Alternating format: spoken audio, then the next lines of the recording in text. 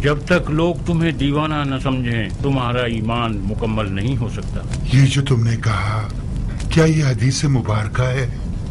हदीस इश्क है इब्ने अफीफ, हदीस इश्क है। मुझे तो मौला अली के हाथों के जरिए दुनिया देखनी थी, तो फिर क्यों नहीं देखी?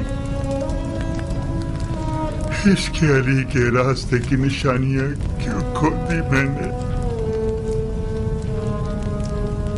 मिसम तो निशानियां बताना चाहता था तुझे बिन अफीफ, तुम खामखा सुनने के लिए तैयार नहीं हुए।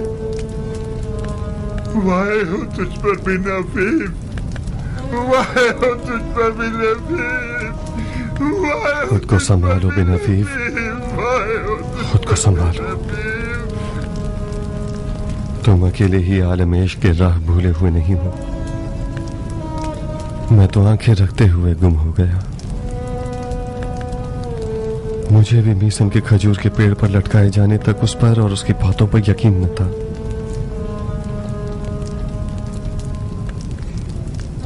जिस दिन उसने जनाबे मुस्लिम की मौत की खबर सुनी, जिंदानी कूफा में ऐसा हंगामा बर्पा किया कि इब्ने मरजाना के पास उसे मारने के अलावा और कोई चारा नहीं था। किस चीज से डरते हो ऐ दोज़ख में रहने वालों? डरते हो कि तुम्हें मार दिया जाएगा? क्या सआदत की बात है। इस जिल्लत और दोज़ख की जिंदगी से रिहा हो जाओगे और खुदा के मलकूत की तरफ चले जाओगे। खुदा की राह में मारा जाना एक ऐसी सआदत है कि हर किसको नसीब नहीं होती। ये मुकर्रबीन के लिए मखसूस है, ये खुदा के नूर चश्म लोगों के लिए मखसूस है। मेरी बात गौर से सुनो। क्या तुम लोग जानते हो कि खुदा ने फरमाया है, जो भी मुझे चाहेगा मैं उसे मार दूंगा, और जिसे मैं मार दूं मैं खुद उसका खून बहा हूं। जो भी खुदा की राह में मारा जाए उसका अजर खुदा की कुर्बत है। मुस्लिम इब्ने अकील मारे गए, क्या सादत थी उसकी। माशूक के दीदार को पहुंच गए, अपने आप को खुदा तक पहुंचा दिया। हम बदबख्त लोग ऐसे बदनसीब हैं कि जमाने की इबरत बनकर जी रहे हैं, इस दोज़ख में खुशी खुशी रह रहे हैं। हशरातुल अर्ज के साथ महशूर हैं एक अंधेरी काल कोठरी में। क्या ये जायज है कि हम घूमने फिरने से रह गए हैं खुल्द बरी और जन्नतुल मावा में? तोड़ दो इस दरवाजे को जो तुम्हारे और खुल्द बरी के बीच हायल है। खुदा की कसम, तुम्हारी हयात तुम्हारी मौत में है। या मंसूर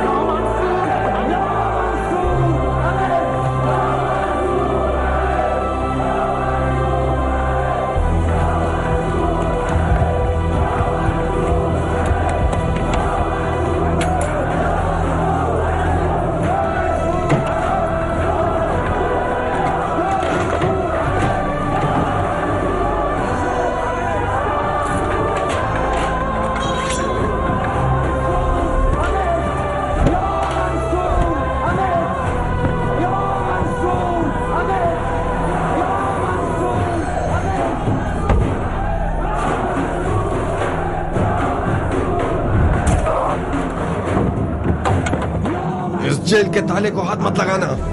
कैदियों ने मीसम की सरबराही में हंगामा राही शुरू कर दी है।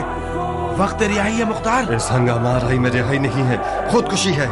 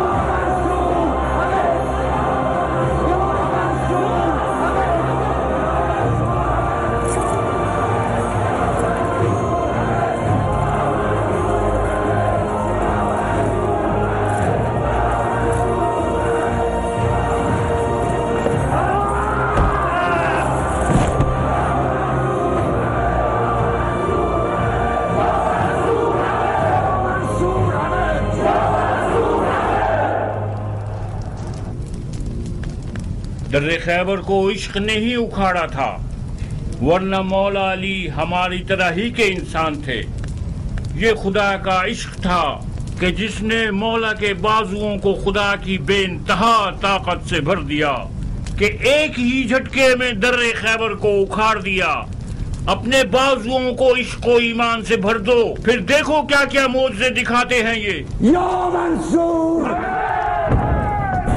या मंसूर,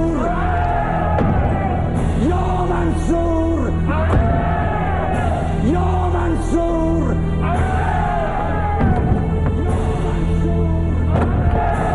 या मंसूर। चलो जल्दी चलो।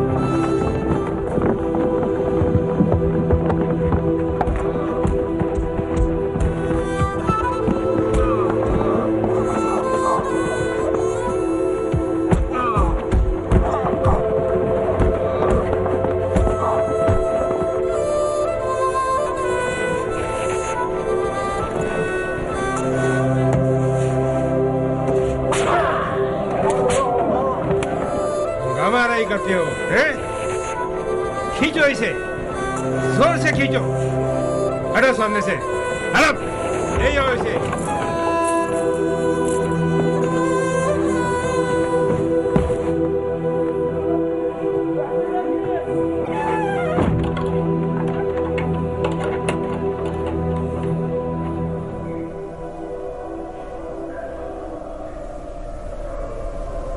बिलाखिर वो काम किया तुमने कि तुम्हें भी मेरी तरह जिंदा दफना दिया गया इस कब्र में। कब्र कहाँ और ये जहन्नुम कहाँ अबू इसहाक। फिशार कब्र और उसकी वहशत से खुदा की पनाह।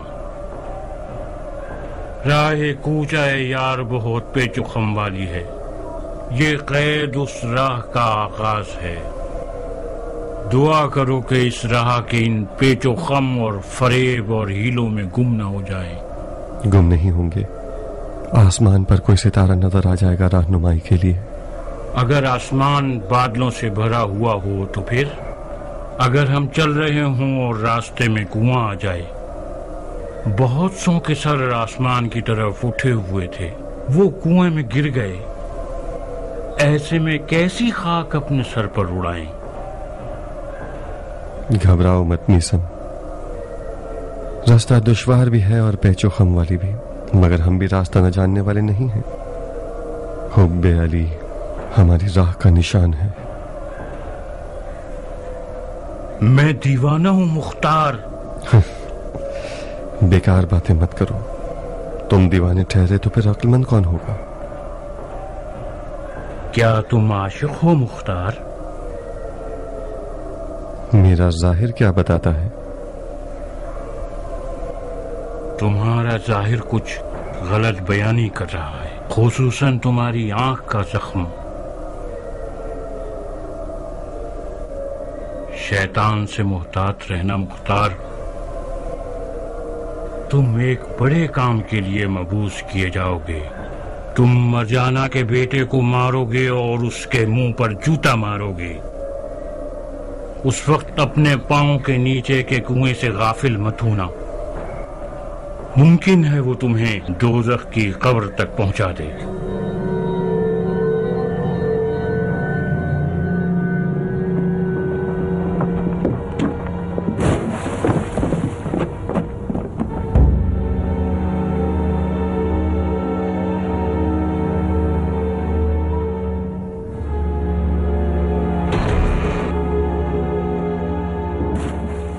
जनाब, यह खुरमा फरोश सुधरने वाला नहीं है। जब देखो बकवास करके कैदियों में हंगामा आना ही शुरू कर देता है। अमीर के हुक्म से इसकी जबान काट दो और लोगों के सामने दांत पे लटका दो।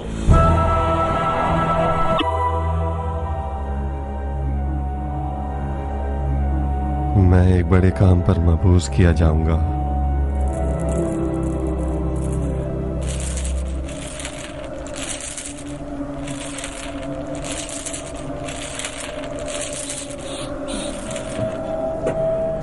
अब मैं खुदा से चाहता हूं कि मेरी मदद करे ताकि कातिलाने हुसैन का किसास कर सकूं।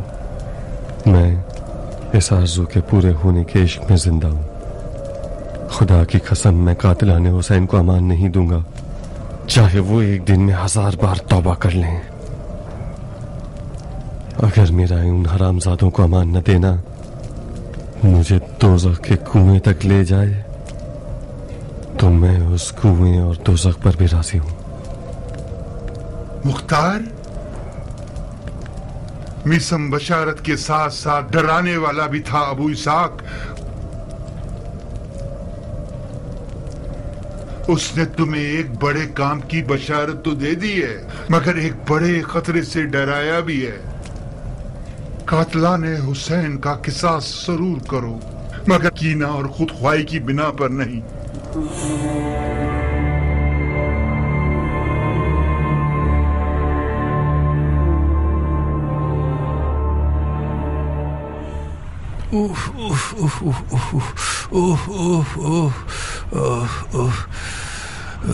इसकी बदबू फैल रही है। ज़ाहिरन तुम्हारे ईरानी मरहम ने भी कुछ नहीं किया, तभी ये तो बदतर हो गया, बेहतर नहीं। मैं खुद इस जख्म के मामले में हैरान हूँ अमीर। अगर इन 3 जड़ी बूटियों को मौम और शहद में मिलाकर लगाया जाए तो हर किस्म की बदबू खत्म हो जाती है। मैंने इस मरहम से बड़े बड़े मौजज़े देखे हैं, ताज्जुबे के जख्म पर कोई असर नहीं किया। इस जख्म का पीप तो रुकने का नाम ही नहीं ले रहा। ऐसा लगता है कि बदबू की जड़ें दरिया में हैं। यूं कहो कि इसकी जड़ें खिला में हैं। शर्माओ नहीं, बल्कि खिला में भी ऐसी बदबू नहीं होती। इसके दर्द को दफा करो, इसकी बदबू का कुछ करो। इसकी उफूनत ज़दा बदबू हमारी हालत खराब कर रही है। आसपास वाले हमसे बेजार हैं। कुछ अरसे से औरतों ने भी हमारे पास आना छोड़ दिया है। बदबू का इलाज सिर्फ गुलाब है अमीर। इस जख्म को अरक़े गुलाब से बार बार धोना होगा हमें। धो जो भी कुछ कर सकते हो करो, इसकी बदबू खत्म कर दो। आए आए आए मौत कितनी बड़ी नेमत है। दर्द बुरी तरह मेरी रग रग में घूम रहा है। लगता है आंखों में सुइयां चुभ हुई जा रही हो। हाय हाय, मेरा सर दर्द से फट रहा है। यूं लगता है मेरी जान निकल जाएगी। ये जख्म कोई आम जख्म नहीं है, ये गैब का तीर है, गैब का तीर। हाजियान क्यों बोल रहे हैं? आप तो इन फजूलियात को नहीं मानते थे। अब मानने लगा हूँ, मैं फजूलियात को मानने लगा हूँ। मैं तुम्हारी तरह का हो गया हूँ। ये जख्म उसी खून के कतरे का नतीजा है। कौन से खून का कतरा? आप ध्यान मत दीजिए।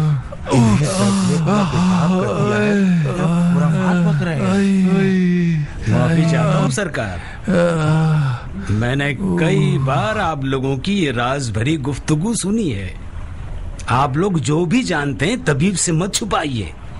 बाज़ औक़ात इलाज की कुंजी उन बातों में होती है जो ज़ाहिरन ला ताल्लुक नजर आ रही होती हैं।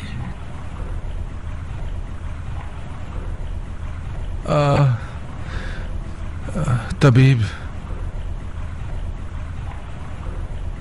एक दिन हमारे पास कटा हुआ सर लाया क्या? उस कटे हुए सर से एक खून का कतरा मेरी रान पर बहा।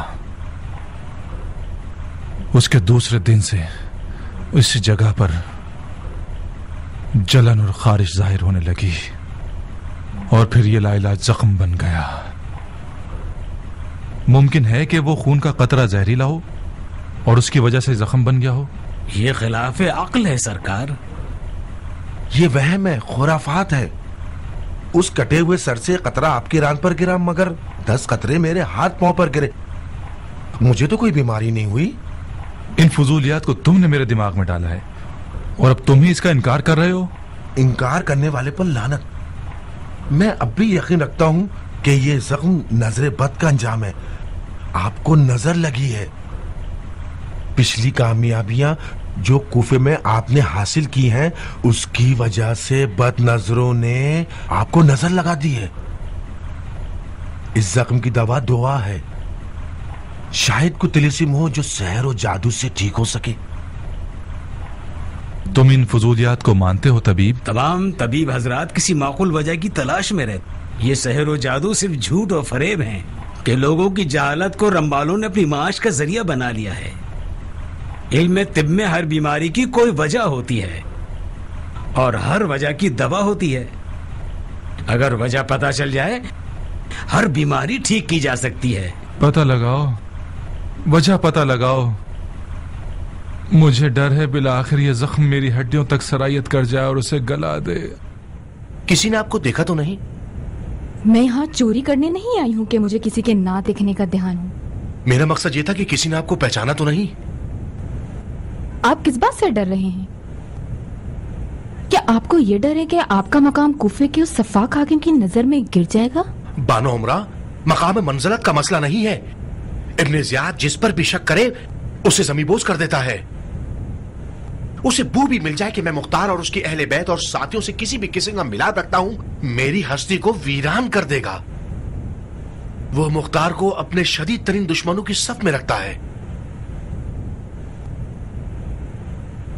मुझे तो हैरत है कि मुख्तार के कैद होने पर कैसे राजी हो गया और उसे मारा नहीं।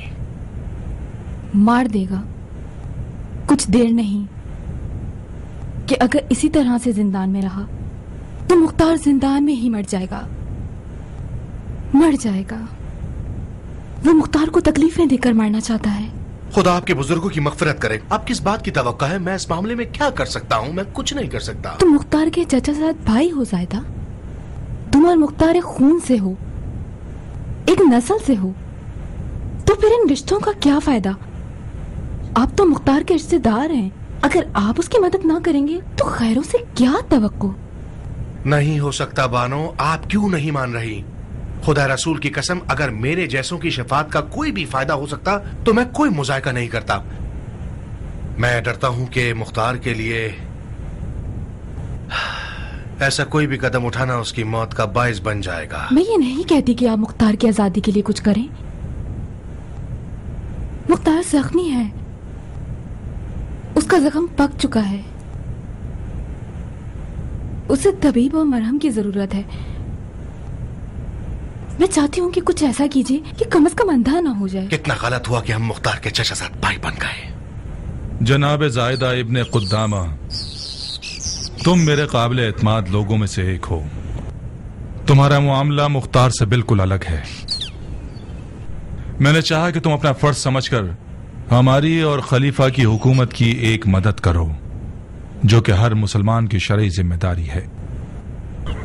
जैसा कि तुम जानते हो कि मुख्तार हमारा कैदी है, मगर तुम और मैं, हम सब ये जानते हैं कि मुख्तार का जिंदा रहना एक संजीदा और छुपा हुआ खतरा है खलीफा की हुकूमत के लिए। मुझे बावसूख खबर मिली है कि मुख्तार कौमे बनी सकीफ, अशायरा और अजमों के दरमियान काफी असर और नफूज रखता है। मैं तुमसे चाहता हूं कि उसके असर और नफूज को खत्म कर दो। कबीला सकीफ की तरफ से तो मुतमईन रही है अमीर। सकाफियों की ना तो कूफे में कोई खास कुदरत है, ना ही ये लोग सियासी तनाज़ात वाले लोग हैं। इन लोगों में से ज्यादातर अपनी खेती बाड़ी और भेड़ बकरियों में मसरूफ हैं। उनका मुख्तार से और उसके अकीदों से कोई सरोकार नहीं है। मुख्तार की दोस्ती ज्यादातर अजमों से है। कबीला सकीफ मुख्तार से नाराज हैं। इसकी वजह भी यही है। अजम लोग हमारे आजाद किए हुए हैं, अरब के गुलाम हैं। हमारे लिए बहुत शर्मनाक बात है कि मुख्तार की उन लोगों से दोस्ती है और वो अरब और अजम को एक बराबर समझता है। मुख्तार का साथ देने वाले अशायर की क्या खबर है? अशायर भी खतरे से बाहर हैं। उनमें से ज्यादातर लोग सहरा नशीन और खाना बदोश हैं। कूफे में तो रहते नहीं हैं, सिवाय साल में 1-2 महीने के।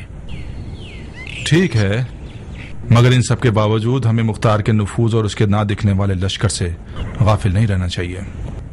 जब तक मुख्तार जिंदा है, ये ग्रोह सर पर मंडलाते हुए खतरे की तरह है। सिर्फ मुख्तार की मौत ही उन्हें ठंडा कर सकती है। मैं अमीर के इरादे के सामने सर तस्लीम खम करता हूँ। बेशक आप हुकूमती आफतों और खतरों को दफा करने में सबसे ज्यादा महारत रखते हैं। जो भी मसलहत है वो कीजिए। मुख्तार आपके पंजे की गिरफ्त में है, आप उसके वजूद को मिटा सकते हैं। तुम ये जहमत उठाओ, ये मेरी ख्वाहिश है। मतलब क्या करूं अमीर? मुख्तार को मार दो। जी मैं उसे मार दूं? अपने चचाजाद भाई को? खलीफा की बका और दवाम के लिए कर रहे हो बंदे खुदा। तुम्हारा अजर सवाब अपनी जगह, हमारे रहम करम से भी खाली हाथ नहीं रहोगे। इमारत से लेकर सोने तक जो भी चाहो। मैं ही क्यों अमीर? यही काफी होगा कि एक सिपाही को चंद दिनार की लालच में खरीद लीजिए कि वो मुख्तार को मार दे। मुख्तार का मेरे हाथों मारा जाना वो शर्मिंदगी है कि जब तक मैं जिंदा हूं मुझे डसती रहेगी। कोई भी नहीं समझेगा कि मुख्तार को तुमने मारा है। ये एक राज है मेरे और तुम्हारे दरमियान। अपने चचाजाद भाई मुख्तार को देखने के बहाने जिंदान में जाओगे। कैदियों की आंखों से बचते हुए एक मरहम अपने साथ ले जाओगे। जैसे ही मरहम को मुख्तार की आंख के जख्म पर लगाओगे, तमाम किस्सा खत्म हो जाएगा। मरहम एक जानलेवा जहर से भरा हुआ होगा। वह जहर से भरा हुआ होगा। वो खुद ही मुख्तार की जान ले लेगा। ये कोई मुश्किल काम नहीं है कि मेरे अलावा कोई और न कर सके। और भी बहुत से लोग हैं जो ये काम कर सकते हैं। अगर मेरे पास ऐसा शख्स होता तो मैं तुम्हारा दामन नहीं पकड़ता। मुख्तार हर चीज और हर शख्स पर शक करता है। हमने जो कुछ भी दवा और इलाज के लिए भिजवाया उसने मना कर दिया। मैं खुल्लम खुल्ला उसे नहीं मारूंगा, क्योंकि मैंने बिनु हुरैस से वादा किया है। बिनु हुरैस एक काम का आदमी है। उसने बहुत सी खिदमतें की हैं और कर रहा है। मैं उसे मायूस नहीं